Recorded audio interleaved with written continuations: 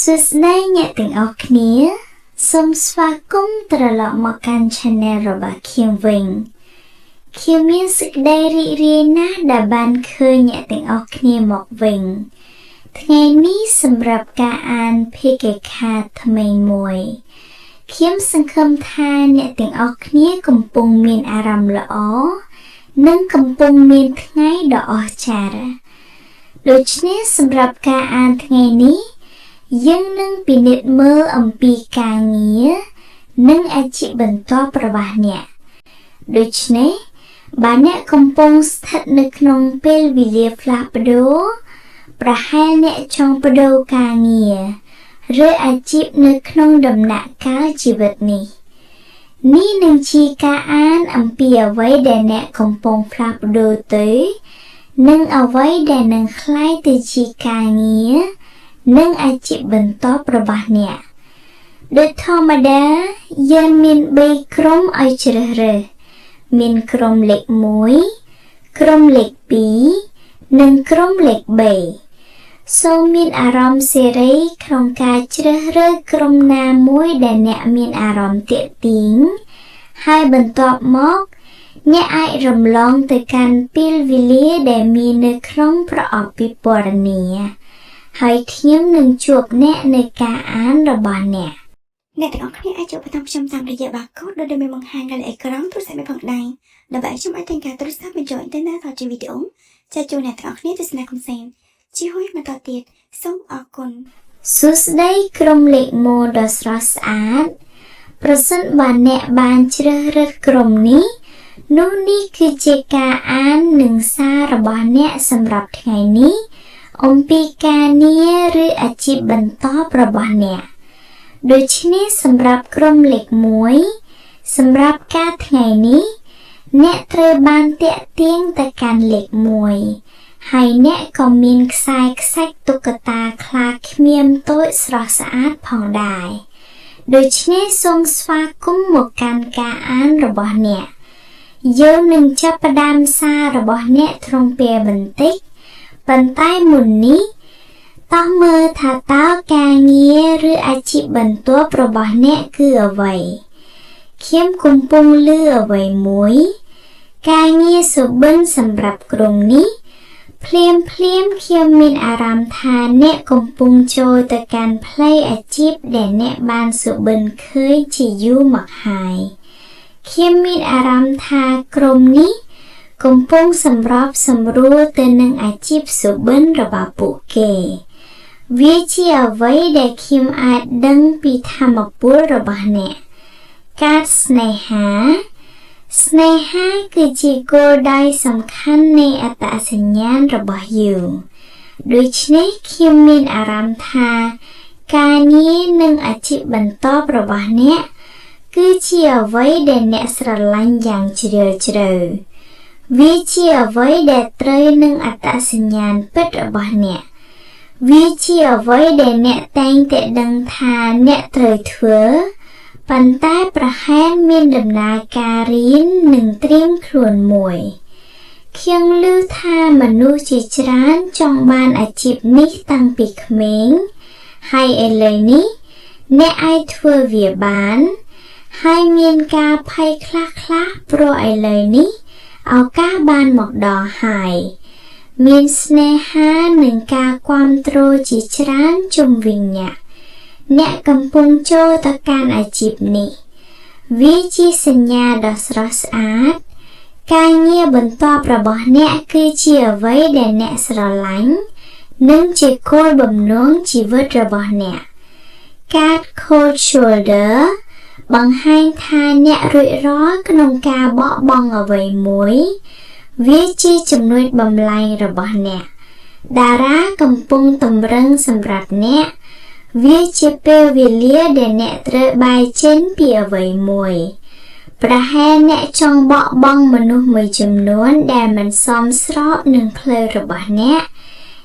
មានឱកាសបែកចេញព្រោះអាជីពសុបិនកំពុងមកដល់ខ្ញុំក៏ឃើញថាមនុស្សខ្លះអាចចូលទៅក្នុងការល្បីល្បាញឬក្លាយទៅជាតារាអ្នកមានអារម្មណ៍ថាវាជាវាសនារបស់អ្នក មានការភ័យតិចតួចប៉ុន្តែអ្នកនឹងមានសុវត្ថិភាពការ vacation បង្ហាញថាវាជាពេលសម្រាកសម្រាប់អ្នកព្រោះការងារថ្មីនេះមិនមានអារម្មណ៍ថាជាការងារទេវាអនុញ្ញាតឲ្យអ្នកដំណើរកម្សាន្ត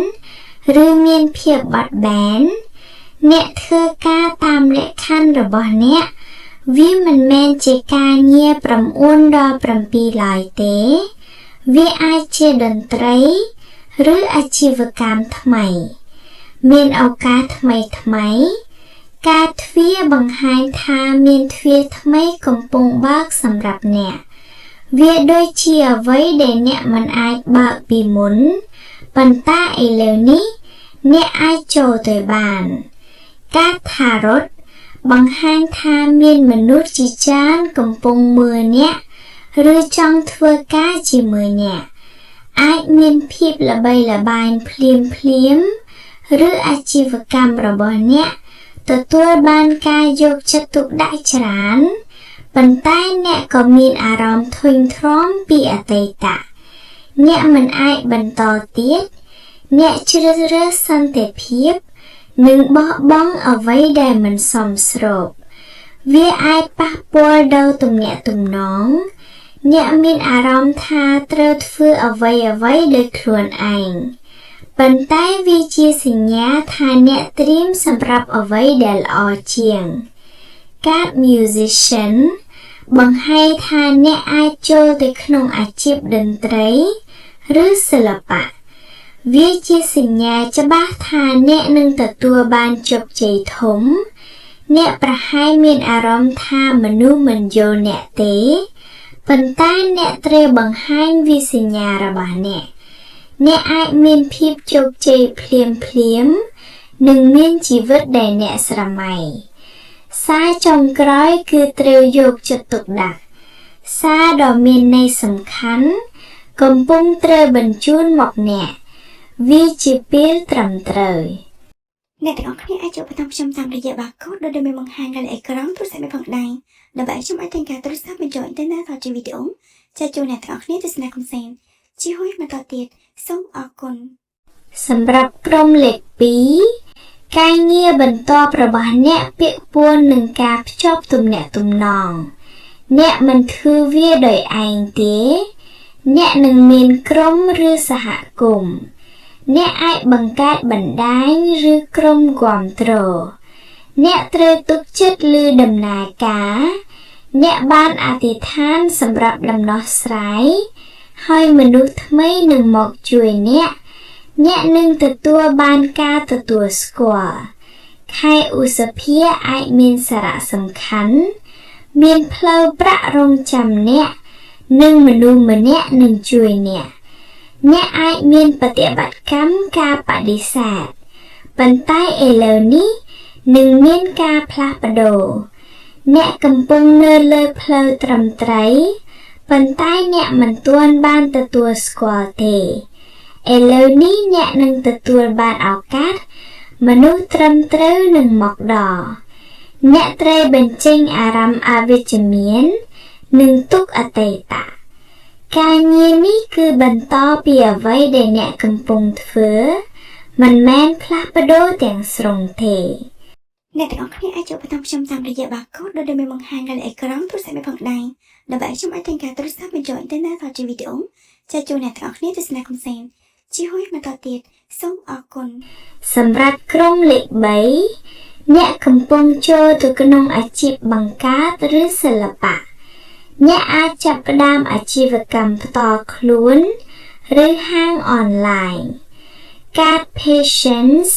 បង្ហាញថាអ្នកត្រូវអត់ធ្មត់អ្នកកំពុងសាងសង់អ្វីមួយដែលមានមូលដ្ឋានរឹងមាំវាមិនមែនជាជោគជ័យភ្លាមទេ